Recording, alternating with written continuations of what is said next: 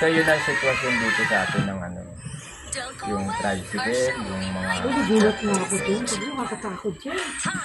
Kasi meron. Yung bunso ko. Yung babae. Lalaki naman. Kagabi nga, di ba, kasama kami ni Jenny eh.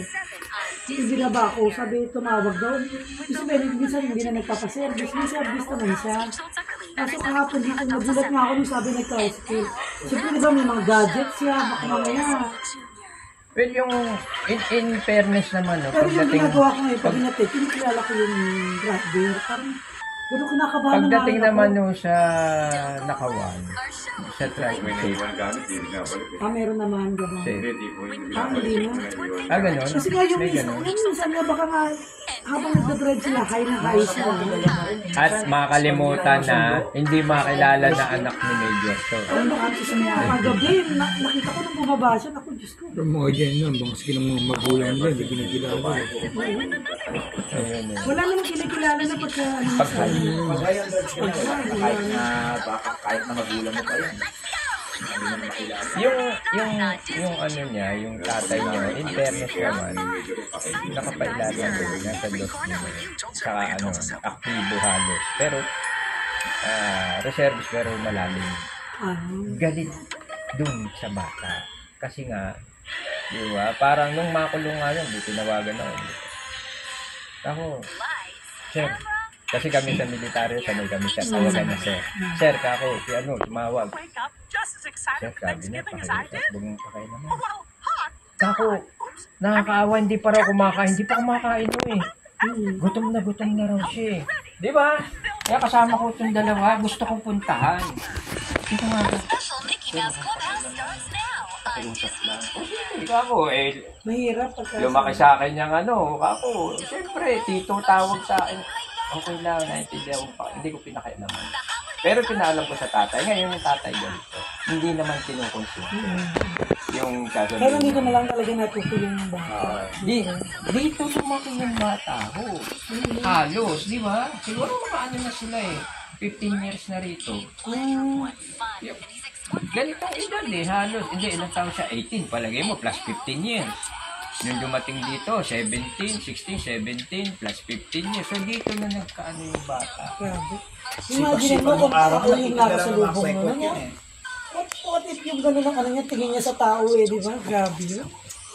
Pero siya, namayat eh, di ba? Pero siya, hindi naman siya talagang yung high na, gumagawa ng motor. Kaya lang, yun ang naging baksakan yung area. At maraming tumatrabaho. Magaling na rin no eh, kasi bihasa na. Sabi nga niya dun sa burnout niya lagi eh. Kaya pagkaraw tumambay, natrabaho mo na naman ako, wala ka pa ako dito, wala rito yan. Yun ang kwento sa akin na tao ng tao. Minsan na, medyo dito, nagtitinda ng bangus. Yung bangus na daing. Ano ka ba yun? Natin na ako. Gaan doon siya. Sabi ko, saan galing? Kako, yung kabila, sige. Bumili kami, Pero Interview namin. interview ko, nakita sa akin yung ID ko bang. Binulungan ko na lang. Yun, ang sarili.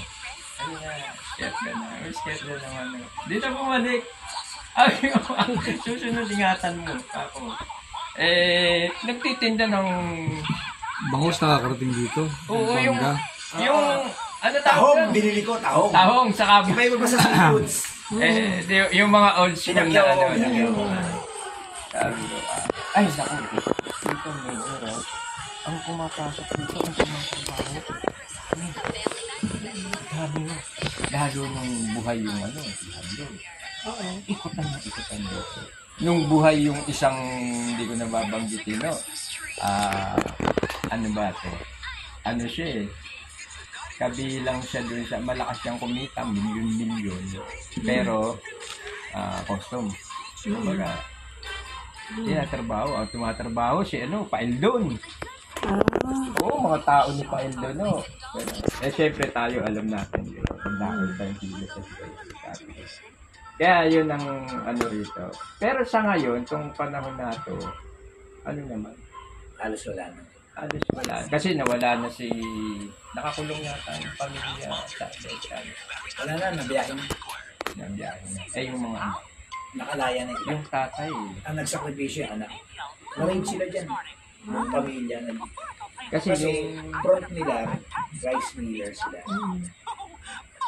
Eh kaso, nalulong sa Drugs. drugs. Hindi lang basta nag-drugs, naging